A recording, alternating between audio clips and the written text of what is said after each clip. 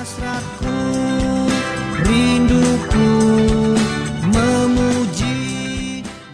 Shalom Bapak Ibu yang terkasih di dalam Tuhan kita Yesus Kristus. Untuk kali ini kita masuk di dalam sesi yang ke-12 dari tema besar kita, penyembahan sebagai cara hidup. Dan untuk sesi yang ke-12 ini kita membahas tentang penyembahan dalam liturgi ibadah. Beberapa puluh tahun yang lalu ketika saya masih mahasiswa teologi, saya diajak mengiringi musik dalam ibadah persekutuan kaum lansia, kaum lanjut usia dari ibu-ibu Kristen salah satu gereja di Jawa Timur. Kegiatan ibadah itu berlangsung dengan baik. Dan setelah selesai ibadah, saya bertemu dengan seorang kakek. Lalu kami berbincang-bincang sebentar. Dia bertanya perihal saya ini melayani di gereja mana. Saya dengan terus terang mengatakan bahwa saya melayani di gereja karismatik. Lalu kakek ini, saya melihat air mukanya mulai berubah. Lalu dia mulai menjelaskan kepada saya bahwa ibadah dalam gereja-gereja karismatik karena melaksanakan tepuk tangan dan suatu keadaan yang menurut dia tata cara yang tidak terformulasi dengan baik itu sudah tidak benar. Jadi menurut dia tepuk tangan di dalam ibadah gereja, di dalam ibadah umum, di dalam kebaktian umum itu tidak bisa dibenarkan. Ya, saya terima saja, saya dengarkan saja apa yang menjadi omelannya. Tetapi pada tahun yang sama, teman saya mahasiswa teologi, dia berkata dia baru saja beribadah dalam satu kebaktian salah satu gereja denominasi Protestan. Dan dia berkata dia sangat terganggu, dia tidak bisa beribadah dengan sukacita karena liturgi ibadah yang dipakai dalam gereja ini adalah liturgi ibadah Protestan. Ya, tidak ada tepuk tangannya, tidak ada lompat-lompatnya dan sebagainya. Dari dua fakta yang saya alami ini, saya mencoba mempelajari tentang kebenaran Tuhan. Kita coba belajar apa yang dimaksudkan dengan liturgi di dalam ibadah. Ketika hal ini kita bicarakan di antara orang-orang karismatik, mungkin banyak di antara mereka berkata, apa itu liturgi? Apa itu liturgika? Tidak saya temukan di dalam Alkitab. Ya memang benar, kalau kita baca dalam Alkitab berbahasa Indonesia, itu tidak ditemukan. Dalam bahasa Inggris pun mungkin tidak ditemukan. Tetapi mari kita belajar bagaimana liturgi itu di dalam Alkitab dan bagaimana liturgi itu telah diterapkan dalam sejarah gereja dan telah digemulkan oleh orang-orang yang sungguh-sungguh mencintai Tuhan. Pada akhirnya liturgi itu harus ada di dalam gereja. Sesungguhnya istilah liturgi dari kata Yunani leutorgia yang bermakna sebagai aktivitas ritual pelayanan para imam. Kata ini muncul dalam Lukas pasal yang pertama ayat 23. Jadi sebenarnya istilah liturgika itu diambil dari kata Yunani yang muncul di dalam Lukas pasal 1 ayat yang ke-23. Istilah leutorgia ini bermakna sebagai aktivitas ritual pelayanan para imam dan juga berarti kegiatan pelayanan Kristen. Dalam kamus teologi, kata liturgika dikonsepsikan pengertiannya adalah tata cara ibadah. Jadi sebuah ibadah harus ada tata caranya, maka itu disebut liturgi. Sesungguhnya di dalam perjanjian lama, itu konsepsi tentang liturgika itu sudah diatur sedemikian dan telah berlangsung sedemikian baik sesuai dengan petunjuk Tuhan.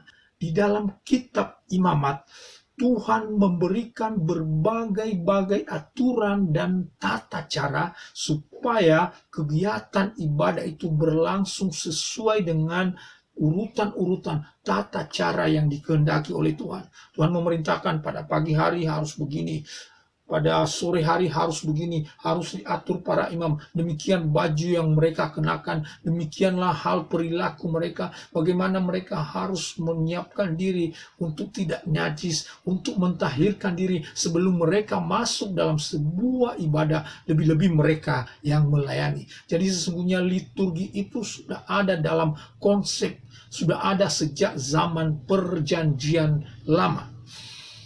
Menurut William Dearness, liturgi dalam ibadah perjanjian lama itu sangat penting dan mengandung dua aspek. Aspek yang pertama adalah bahwa perilaku kita itu membantu untuk meneguhkan dan mengingatkan kita akan iman dan tanggung jawab kita. Yang kedua, juga menjadi sarana untuk mengingatkan umat terhadap realitas Allah. Jadi unsur utama yang hendak dikemukakan oleh Dearness di dalam hal ini bukan soal penekanan lahiriahnya, walaupun nanti pada akhirnya orang-orang Yahudi terlalu banyak menekankan pada aspek-aspek lahiriah.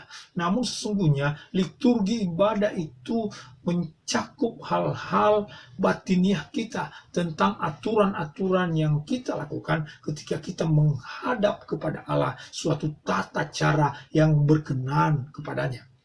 Hal yang sama juga dikemukakan oleh Van Ols bahwa ada dua aspek yang terdapat dalam liturgi ibadah, yaitu proklamasi dan ekspresi. Pada satu sisi, liturgi mengatur hubungan dengan penyataan Allah. Ya, kesaksian tampil ke muka dan proklamasi terjadi. Kemudian, pada sisi yang lain, liturgi ibadah mengatur tanggapan atas pribadi Allah dan panggilannya. Melalui liturgi, orang percaya menyatakan tindakan penyerahan dirinya kepada Allah dan memuliakan namanya. Jadi itu unsur penting di dalam ibadah yang dilakukan oleh orang-orang dalam perjanjian lama. Jadi kalau orang berkata tidak ada liturgi dalam Alkitab, itu salah besar. Justru liturgi itu sungguh-sungguh ada dalam Alkitab. Lalu mungkin kemudian ada orang yang berkata itu di zaman perjanjian lama, sementara di zaman perjanjian baru itu sudah ditiadakan. Mungkin saja argumen-argumen itu benar, tetapi saya mau katakan bahwa semua ibadah yang kita lakukan harus ada keteraturannya, harus ada tata caranya. Sekalipun gereja-gereja karismatik mencoba untuk keluar dari kekakuan, sebagaimana gereja-gereja beraliran Protestan melaksanakan suatu liturgi dalam ibadah.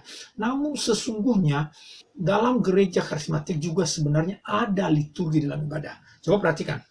Kira-kira urutan-urutannya begini. Salam pembuka, halo, lalu ada nyanyi satu lagu, lalu ada doa pembukaan, lalu ada nyanyi lagi, ada kesaksian, lalu kemudian nyanyi persiapan doa firman Tuhan, lalu kemudian pemberitaan firman Tuhan. Setelah itu nanti ada pengumuman, ada doa berkat, sama. Hanya saja tata caranya itu tidak dibacakan.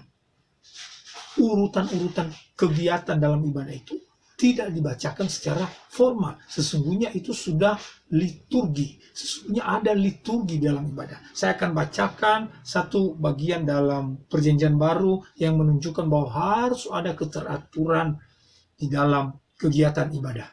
Saya akan bacakan bagi kita dalam 1 Korintus pasal yang ke-14. Sebenarnya mulai dari ayat yang ke-26 sampai dengan ayat yang ke-40. Ini Lembaga Alkitab Indonesia memberikan judul peraturan dalam pertemuan jemaat. Jadi ada peraturan dalam pertemuan jemaat. Di ayat yang ke-26 dikatakan demikian. Jadi bagaimana sekarang saudara-saudaraku? Bila mana kamu berkumpul, hendaklah tiap-tiap orang mempersembahkan sesuatu, yang seorang mazmur, yang lain pengajaran, atau penyataan Allah, atau karunia bahasa roh, atau karunia untuk menafsirkan bahasa roh, tetapi semua itu harus dipergunakan untuk membangun. Dan di dalam ayat yang terakhir, ayat ke-40, disebutkan demikian. Tetapi segala sesuatu harus berlangsung dengan sopan dan teratur. Jadi Bapak Ibu yang terkasih dalam Tuhan, kegiatan-kegiatan ibadah yang kita lakukan itu tidak boleh dilakukan dengan sembarangan, apalagi dengan tidak teratur. Beberapa puluh tahun yang lalu ada gerakan yang disebut dengan Holy Laughter, tertawa dalam roh. Mereka mulai bernyanyi, lalu kemudian banyak orang kejang-kejang dan sampai tertawa berjam-jam. Ada juga suatu gerakan yang disebut dengan Toronto Blessing. Ya, pernah saya ungkap pada pembahasan sebelumnya. Itu suatu keadaan masing-masing orang yang hadir dalam ibadah itu melakukan apa saja yang ia mau lakukan, sehingga keadaan kegiatan ibadah sudah bisa dikatakan tidak teratur. Itu tidak Alkitabiah, sebab Alkitab berkata kegiatan-kegiatan ibadah, pertemuan-pertemuan jemaat harus berlangsung dengan sopan dan teratur. Jadi Bapak Ibu yang terkasih, bagaimanapun juga gereja-gereja perlu memformulasikan suatu tata cara yang memberikan, yang menunjukkan penghormatan terhadap Allah di dalam ibadah yang kita lakukan. Jadi kita melakukan ibadah dengan suatu tata cara penuh hormat, maka perlu ada liturgi. Sekalipun gereja Karismatik mengatakan kami tidak membacakan urutan-urutan acaranya, namun kita sudah tahu garis besarnya, itu pun sudah liturgi, dan semua itu harus kita lakukan dengan teratur. Sebagai evaluasi dan koreksi bagi gereja-gereja kita di masa kini, untuk gereja-gereja Protestan sudah bukan rahasia umum lagi bahwa tata cara ibadah yang kita lakukan itu sebenarnya itu impor dari Eropa. Percaya atau tidak, saya mau katakan demikian. Alat musiknya piano klasik, organ tunggal kita pakai untuk beribadah. Sampai-sampai harus dilarang untuk bertepuk tangan dalam sebuah kebaktian yang umum. Saya mengajak untuk seluruh warga Kristen beraliran Protestan, mari kita membangun kehidupan liturgi, walaupun itu dengan musik-musik tradisional yang kita pertahankan, kita melakukannya, kita menyusunnya sedemikian untuk memuji memuliakan Tuhan. Seorang pendeta dari gereja Reform itu memarahi kaum mudanya. Kenapa? Karena mereka mencoba pakai band di dalam ibadah kaum muda. Ini juga keterlaluan. Banyak di antara anak-anak muda kita ini pengen juga mengekspresikan penyembahnya dengan mempertunjukkan musik-musik mereka, mengembangkan bakat-bakat dan talenta mereka. Kita tidak boleh melarang mereka dengan cara demikian. Kita memberikan kesempatan kepada mereka untuk beribadah, mengekspresikan ibadah mereka melalui musik-musik yang layak di hadapan Tuhan. Jadi mari kita utamakan suatu tata cara batiniah kita untuk memberikan penghormatan kepada Allah saat kita beribadah, dan itu suatu liturgi yang sesungguhnya.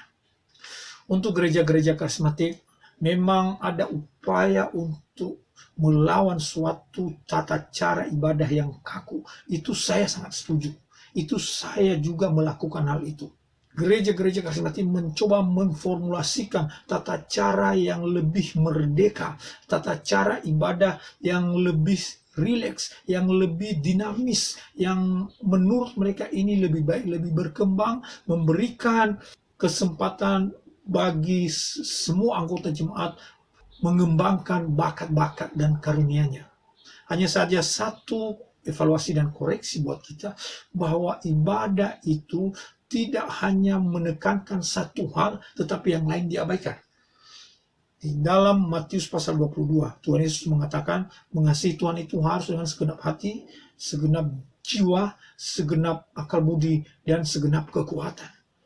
Banyak orang menuduh bahwa gereja karismatik memuji Tuhan dengan tepuk tangan dan sorak-sorai dengan segenap kekuatan mereka, tetapi tidak diimbangi dengan akal budi, our mind, dan our hearts, dengan akal budi dan hati, sehingga yang terjadi adalah suatu euforia belaka yang sebenarnya tidak melibatkan hati yang paling dalam untuk menyampaikan penghormatan dan puji-pujian kepada Allah.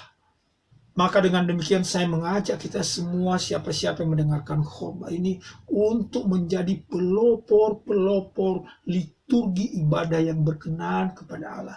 Marilah kita menjaga keteraturan-keteraturan dengan hormat kepada Allah ketika kita beribadah. Ini adalah suatu tata cara yang berkenan kepada Allah. Walaupun kita harus bertepuk tangan, memang itu alkitabiah. Walaupun kita harus mengekspresikan dengan menangis karena kita menyesal akan dosa-dosa kita, dan kemudian kita memohon ampun kepada Allah sampai kita harus menangis, sampai kita harus bersedih, dan sampai kita harus membungkuk ke tanah. Itu juga sesuatu tata cara yang berkenan kepada Allah. Lalu di satu sisi kita harus bertepuk tangan, bersorak-sorai karena sukacita merayakan kasih kebaikan Tuhan dalam hidup kita.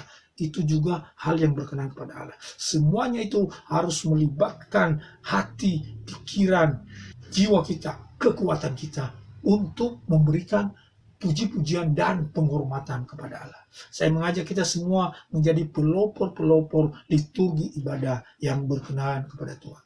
Tuhan Yesus memberkati kita semuanya. Amin. Hasratku, rinduku